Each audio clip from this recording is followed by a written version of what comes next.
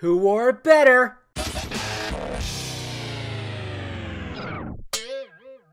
What's happening, film friends? Dave the Film Junkie here. All right. Wow.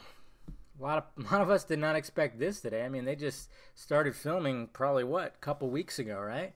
But officially, we have a title, Wonder Woman 1984, and we have to wait over a year and a half. Oh, Jesus. November 1st, 2019 is the official date for Wonder Woman 1984. And, of course, we got our first official look at Steve Trevor. Now, a lot of people have been speculating, which is great. I love the fact that people are speculating about what the hell is Steve doing here. Is he a hallucination? Is he reincarnated? What the hell's going on? And I was going to give my 2 cents about it. And basically, I know a lot of people are like, oh, it's a hallucination. Please be a hallucination.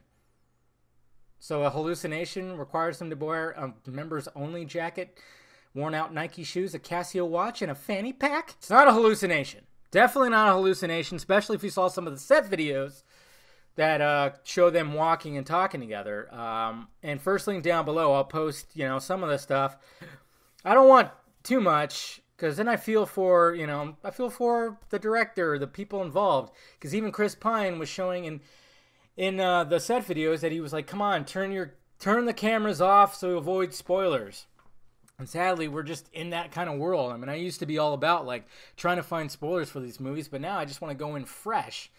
But sadly, it just doesn't happen, and then everybody spreads around every set picture, every set video like crazy. But luckily, a lot of them weren't like too bad. But some of them, yeah, kind of revealing some stuff, and it's definitely not a hallucination like a lot of people were thinking that somebody was fucking with their head. My guess, my whole thing is, well, when Steve Trevor was flying that plane to get it away from everybody, there was stuff in there.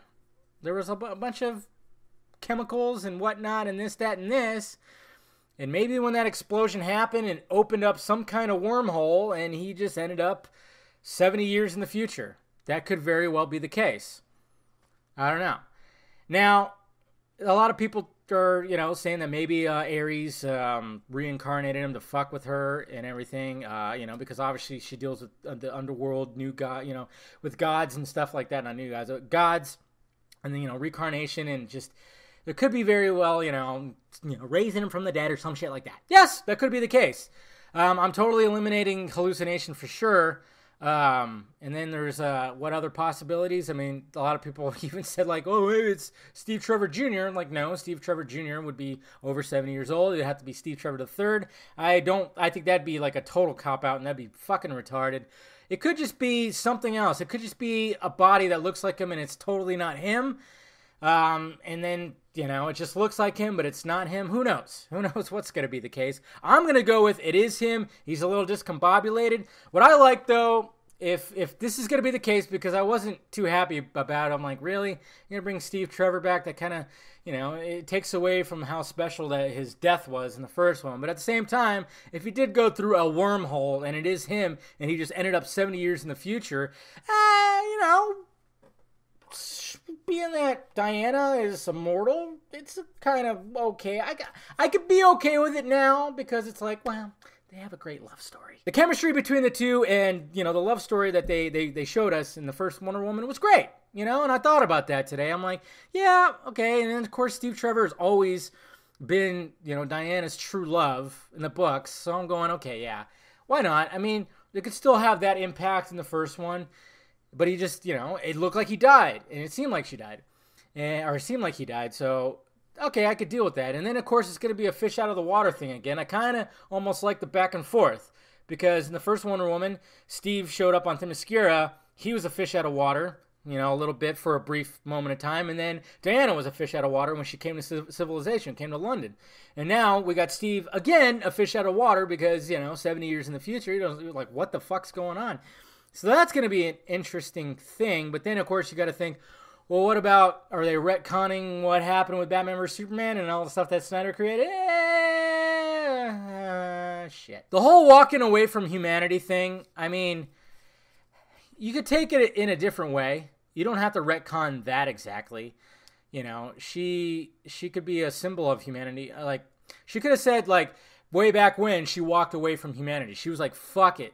But, you know, doesn't mean like when she came back in Batman vs. Superman present day that was the time that she came back from society. I mean, of course, maybe that's what they were intending to, but in the context of this, maybe she just, when she said that, she just meant then she walked away, but then she came back and, you know, I don't know, in the 80s.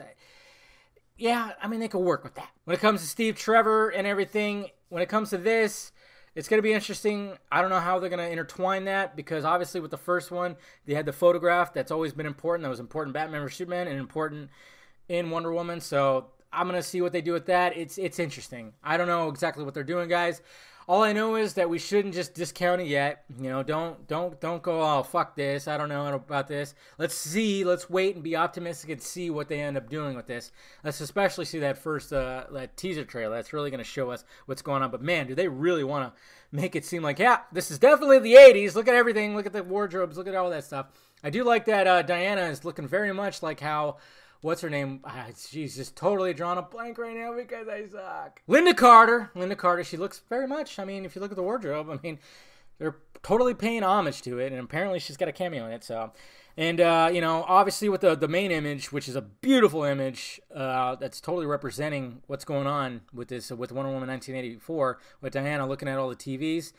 I mean, some people are saying there's like maybe Pedro Pascal's playing Max Lord, you know, getting some Max Lord vibes. And I know that was been thrown around for a bit, and now it almost looks like that. I mean, if you want to compare it to like that image right there, obviously, but very well could be playing Max Lord. We'll see what happens. And then, of course, the plot, it was saying something about with Cheetah is she's going to be a friend, you know.